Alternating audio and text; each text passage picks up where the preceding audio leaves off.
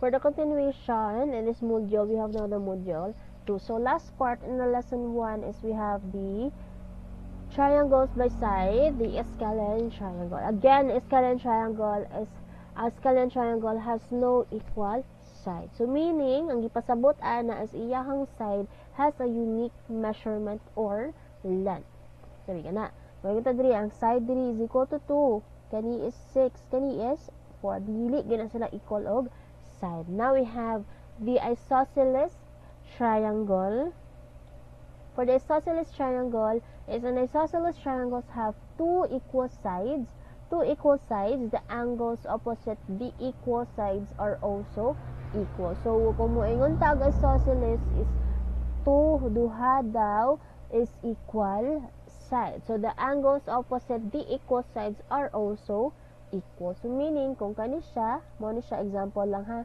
Kana siya, let's imagine na lang the figure that it is an isosceles triangle. So kani, for example, this one, kana siya, moingon tawag 3 ni siya, so kani po is 2. Meaning, duha man daw ka equal sides.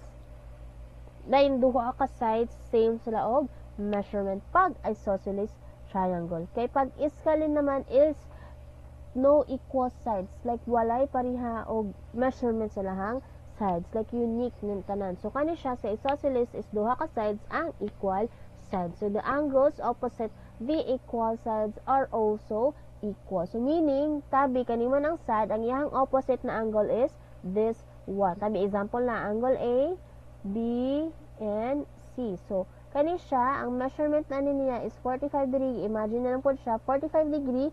So, meaning, ang opposite angle po ni isa ka side 3, which is si angle C, is also 45 degrees. Kana siya. Bali, ang kanina po diri ang lahi. Unique yahang kon. So, kana siya ang isosceles triangle. Next, we have the equilateral triangle. So, all three sides of an equilateral triangle are equal. So, each of an equilateral triangle are equal. So, each must be 60 degrees. So, meaning, si scalene is walay sides na mag-equal, tanan unique. Si isosceles naman is na siya duha ka sides na mag-equal. Si equilateral naman ang tulo ka both sides equal siya. Kana siya, balik, kana siya. Imagine na lang this one. So, pag 2 ni, 2 po ni siya, and 2 po ni siya. So, pag ang degree is 40 degrees, tanan po degree sa angle is 40. Like, equal tanan. Kana siya. Ang equilateral triangle. Next, we have the triangles by sa angles. So, right triangle. So, a right triangle has 1 degree or right angles. Mo ni siya ang right triangle. Imagine na lang, guys. Right triangle. And then, an acute triangle has 3 angles with a measurement of less than 90 degrees. Acute na siya na. Obtuse triangle, and obtuse has 1 obtuse triangle. Dako lang ko siya. Actually, murag na-mention na siya sa last week na discussion. So, kana siya ang types of triangles by their angle. Ganun triangles by angles, we have the right triangle, acute triangle, and obtuse triangles. When we say triangle again, a right triangle has 190 degrees or right angle. Acute triangle, an acute triangle has 3 angles with a measures of less than 90 degrees each, and an obtuse triangle has 1 obtuse angle. And then next, we have the quadrilaterals.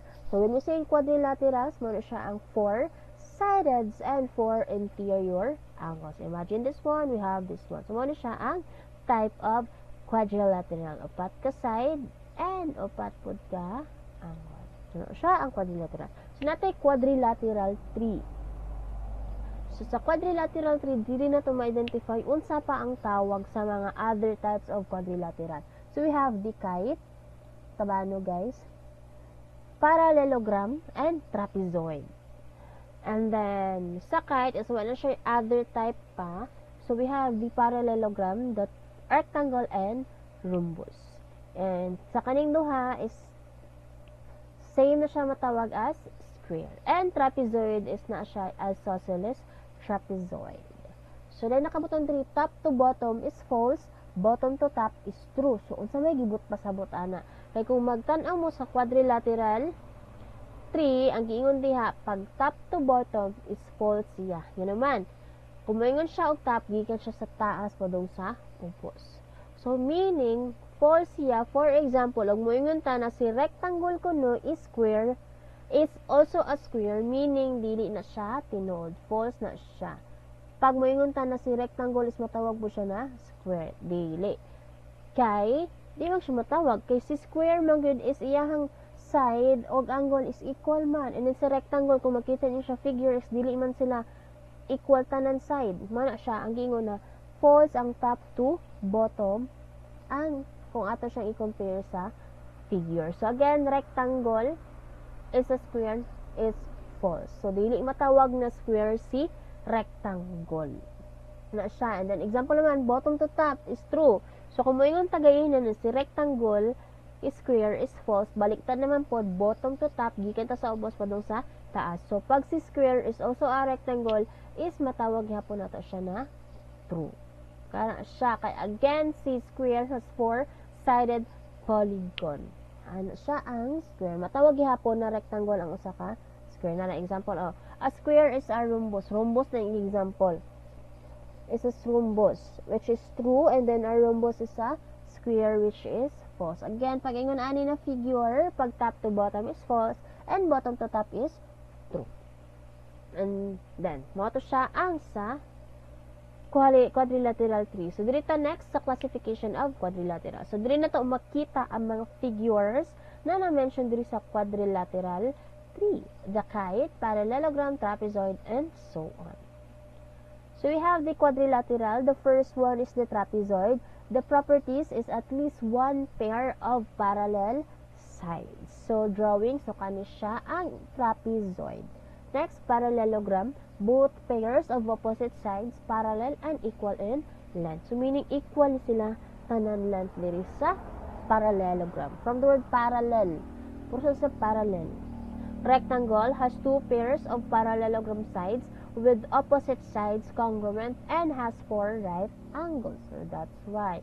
And then next, rhombus, all sides equal and has two pairs of parallel sides with opposite angles congruent. Kana siya ang rhombus. Next, we have the square. All sides and all angles are equal. So kani siya kung gingon. Actually, what again ha, matawag na rectangle si square, nga naman awa congruent ang iyahang with opposite sides congruent and has four right angles. Si square naman po is na po siya four right angles. Bali na sila'y kaparihas. Ano siya? And then kahit no separate pairs of equal adjacent sides. Ano siya? Wala yung nakaseparate. So, muna siya ang mga classification of quadrilaterals. Next, we have now the perimeter, an area, formula, and plane figure. So, meron ni siya. It's just a table showing the formula itself on how to find the perimeter of the plane figure and the area. So, I will just discuss this one, and we have an example. So, by this example, ito na siyang i-discuss during nasa face-to-face. So, I will just this one. So, we have the plane figure, rectangle, the perimeter, para pangitaan ng perimeter is dapat na siya duha ka length and duha ka width.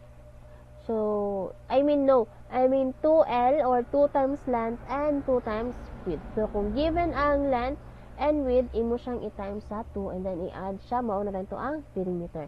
And then area is length times width, and then square, we have the 4 square, i-times na siya, o given ang square, mauna siya ang perimeter, and then for the area is s squared, or squared.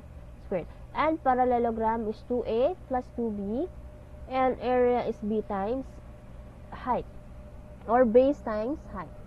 And trapezoid, a sub 1 plus a sub 2 plus a sub 3 plus a sub 4. For perimeter and for area naman, b sub 1 plus b sub 2 over 2 times height. Triangle, s sub 1 plus s sub 2 plus s sub 3. Perimeter na siya. And then for the area, s 1 half times base times height. Next, circle. Circumference is equals to 2 pi r or radius. So, ang area is pi r square. So, mao na siya ang mga formula in finding the plane figure with their perimeter and area. So, kana siya. So, by next week, dito ta sa hands-on solving ani na part. So, that's all for this lesson 2. So, I hope you learned something, and then ako i-upload sa LMS for your task, quizzes, and quiz. So, that's all, and thank you everyone. May God bless us all.